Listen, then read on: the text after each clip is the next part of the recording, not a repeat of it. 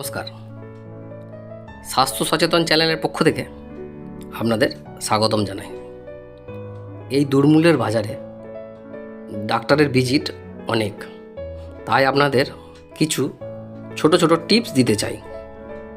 হালকা বৃষ্টি, সাথে ভ্যাপসানি গরম, তাতে গায়ে জমছে ঘাম, সেই ঘাম সৃষ্টি করছে ঘামাচি।